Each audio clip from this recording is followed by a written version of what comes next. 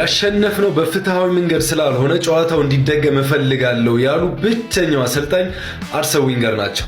በ1999 አካባቢ ማለት ነው ኤፍኤ ካፕ ከሼፊልድ ዩናይትድ ጋር አርሰናል እንደምትመለከቱት እየተጫወቱ ምን ቢያደርጉ ጥሩ ነው? እንደምትመለከቱት አርሰናሎች የመጀመሪያውን ጎል ያገቡና 1-0 ይመራሉ ማለት ነው።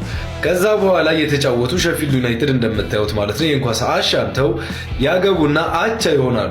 ጨዋታው በዚህ እየቀጠለ ያለ ከሼፊልድ ዩናይትድ አንድ ተጫዋች ተጎድቶ ይወጣል ማለት ነው ከሜዳ።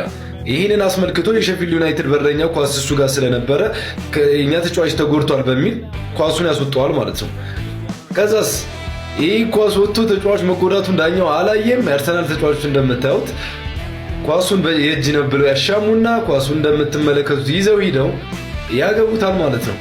76ኛው ደቂቃ ላይ 2-1 በሆነ ማለት ነው። ከዛ በቃ ቀውጢ የሆነ ጨዋታው አለቀ ተባለ። አርሰናሎች 2-1 አሸነፉ ተባለ።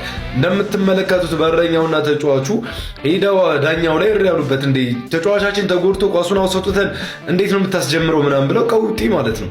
ይሄማ ልክ አይደለም። አሰልጣኛቸው ሁሉ በጣም ደብሮት የሼፊልድ ዩናይትድ ማለት ነው ኑ በቃ ምናምን ብሎ አስወጣቸው ማለት ነው። ከዚህ ድል በኋላ ማለት ነው በሰጡት የጋዜጣዊ መግለጫ ላይ አርሰን ዌንገር ያደረግነው ነገር ልክ አይደለም፣ ጨዋታው በፍትሃዊ መንገድ አይደለም ያሸነፍነው፣ ስለዚህ ይደገም ብለው እንደገና ጨዋታው ማለት ነው ከ10 ቀን በኋላ ይደገማል ማለት ነው። ከዛስ አርሰናል አሁንም እንደዚሁ በበላይነት 2-1 ድጋሚ አሸንፎ ሼፊልድ ዩናይትዶች ሳይደብራቸው እንዲሁ አርሰናል አሸንፎ ይህን ጨዋታ ያልፋል ማለት ነው። የሮናልዲንሆ ጎቾጎ ግፍ ማለት ነው ጋይስ ተመልከቱ። ይህን ቪዲዮ ለአጭሩ ጀለሳችሁ ላኩለት። ሮናልዲንሆ ጎቾ ተመልከቱ ማንን እያሰቃየ እንዳለ ማለት ነው። እንዲህ ጭራሽ ማለት ነው እንደዚህ አሰቃይቶት ጭራሽ ደግሞ ሊያሎጨው እየሞከረ ማለት ነው። ሊያሎጨው ሲሞክር ምኑ ቢመልሰው ጥሩ ነው? ጉልበቱ ሊያሎጨው ፈልጎ ጉልበቱ እየመለሰበት ኧረ ጎቹ ጋይስ የኛውን ቪዲዮ ደግሞ ተመልከቱ። የመስመር ዳኛ ሆናችሁ ማለት ነው የምትደግፉት ቲም ጎል ሊገባበት ሲል ኦፍሳይድ ብሎ እያወጣ ማለት ነው። አሰልጣኙ ሂዶ እሪ እያለበት ግን አልሰማውም። ከደገፋችሁማ ዳኛ መሆናችሁ ስታዳሉ በቃ እንደዚህ ይመቻችሁ። ያሸነፍነው በፍትሃዊ መንገድ ስላልሆነ ጨዋታው እንዲደገም እፈልጋለሁ ያሉ ብቸኛው አሰልጣኝ አርሰን ዌንገር ናቸው። በ1999 አካባቢ ማለት ነው ኤፍኤ ካፕ ከሼፊልድ ዩናይትድ ጋር አርሰናል እንደምትመለከቱት እየተጫወቱ ምን ቢያደርጉ ጥሩ ነው? እንደምትመለከቱት አርሰናሎች የመጀመሪያውን ጎል ያገቡና 1-0 ይመራሉ ማለት ነው። ከዛ በኋላ እየተጫወቱ ሼፊልድ ዩናይትድ እንደምታዩት ማለት ነው የእንኳን አሻምተው ያገቡና አቻ ይሆናሉ። ጨዋታው በዚህ እየቀጠለ ያለ ከሼፊልድ ዩናይትድ አንድ ተጫዋች ተጎድቶ ይወጣል ማለት ነው ከሜዳ። ይህንን አስመልክቶ የሼፊልድ ዩናይትድ በረኛ ኳስ እሱ ጋር ስለነበረ የኛ ተጫዋች ተጎድቷል በሚል ኳሱን ያስወጣዋል ማለት ነው። ከዛስ ይህ ኳስ ወጥቶ ተጫዋች መጎዳቱን ዳኛው አላየም። የአርሰናል ተጫዋቾች እንደምታዩት ኳሱን የእጅ ነው ብለው ያሻሙና ኳሱን እንደምትመለከቱት ይዘው ሂደው ያገቡታል ማለት ነው። 76ኛው ደቂቃ ላይ 2-1 በሆነ ማለት ነው። ከዛ በቃ ቀውጢ የሆነ ጨዋታው አለቀ ተባለ። አርሰናሎች 2-1 አሸነፉ ተባለ።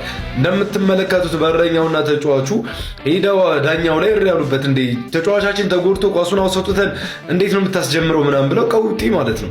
ይሄማ ልክ አይደለም። አሰልጣኛቸው ሁሉ በጣም ደብሮት የሼፊልድ ዩናይትድ ማለት ነው ኑ በቃ ምናምን ብሎ አስወጣቸው ማለት ነው። ከዚህ ድል በኋላ ማለት ነው በሰጡት የጋዜጣዊ መግለጫ ላይ አርሰን ዌንገር ያደረግነው ነገር ልክ አይደለም፣ ጨዋታው በፍትሃዊ መንገድ አይደለም ያሸነፍነው፣ ስለዚህ ይደገም ብለው እንደገና ጨዋታው ማለት ነው ከ10 ቀን በኋላ ይደገማል ማለት ነው። ከዛስ አርሰናል አሁንም እንደዚሁ በበላይነት 2-1 ድጋሚ አሸንፎ ሼፊልድ ዩናይትዶች ሳይደብራቸው እንዲሁ አርሰናል አሸንፎ ይህን ጨዋታ ያልፋል ማለት ነው። ጋይስ ሃላንድ ላይ ፋውል ለመስራት ከሞከርክ ተጎድተህ የምትወጣው አንተ ራሱ ነህ። ተመልከቱ እስኪ እንዴት እንደሆነ እዚህ ጋር ኳሱን እየገፋ የሄደ ዶርትሙንድ ያለ ማለት ነው። ሉክ የሚገርም ዘግናኝ ፋውል ነው የተሰራበት። በተቃራኒ ፋውል የተሰራበት ሃላንድ መጎዳት እያለበት ፋውል የሰራበት ልጅ ነው እንደምታዩት የተጎዳው። ሃላንድ እንደምታዩት ምንም ጉዳዩ አይደለም። ተመልከቱ ደግሞ እዚህ ጋር ድጋሚ እዚህ ጋር የሚገርም ፋውል ተሰራበት። ጄለስ ካርድ ለማሰጠት የሆነ ወርቆችን ሾው አረገ። ከዛ ግን ተነሳ። በተቃራኒ ፋውል የሰራበት ልጅ ግን እንደምታዩት ተጎድቶ ተይዞ ወጣ ማለት ነው። በተቃራኒው ደግሞ ይህን ቪዲዮ ተመልከቱልኝ ጋይስ። ከሰውየው ሳይሆን እኔ ከቁጥሩ መሰለኝ ይሄ 10 ቁጥር ይሆንማ ማጂክ አለው። ሉክ እንዴት አድርጎ እንደሚያንከረተታቸው ተመልከቱ።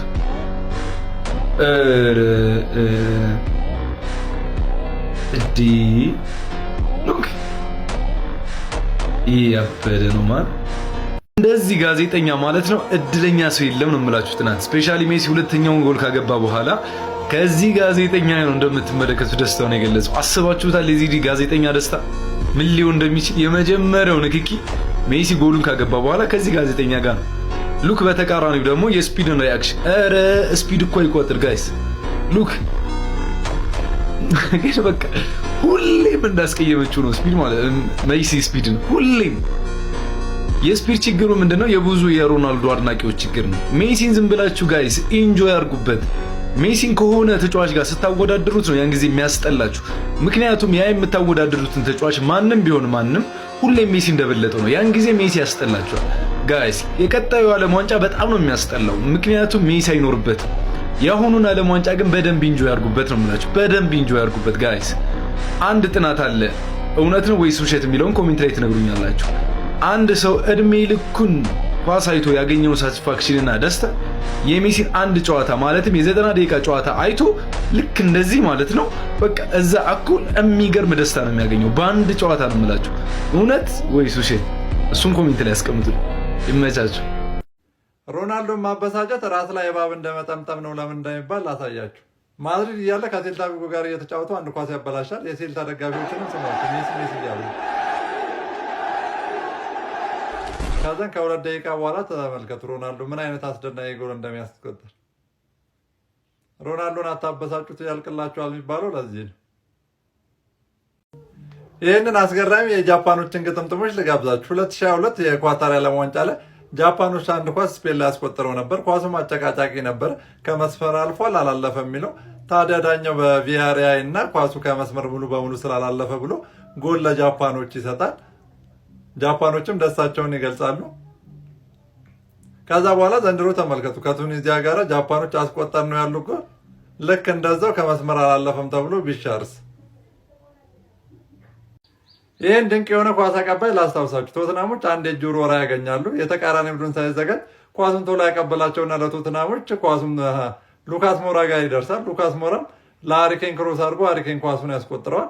ከዛ በኋላ ጆዜ ሞሪኖን ተመልከቱት። ከእሱ ጋር ነበር ደስታውን የገለጸው። በማግስቱም እንግዲህ ምሳ ሰዓት ላይ ምሳ እንዲበላ ወደ መልበሻ ክፍል ተጠርቶ ከተጫዋቾቹ ጋር ምሳ በላ። ሪያን ቸርኪ ለምን ማንቸስተር ዩናይትዶችን እንደሚጠላ ላሳያችሁ። እዚህ ጋር ሊዮኖች 4-2 እየመሩ ነው ማንቸስተር ዩናይትድን። በቃ የማንቸስተር ደጋፊ ላይ ስሙድ እየያዘ ነው። ሰዓትን መግደል ይጀምራል። ከዚህ በኋላ ማንቸስተር ዩናይትድ ጎል አያስቆጥሩም ብሎ ከዛ በኋላ ሃሪ ማጉዌር 5ኛውን ጎል አስቆጥሮ ማንቸስተር ዩናይትድ ቢያሸንፍስ መጨረሻ ላይ እንዴት እንደሚበሳጭ ሪያን ቸርኪ ተመልከቱ።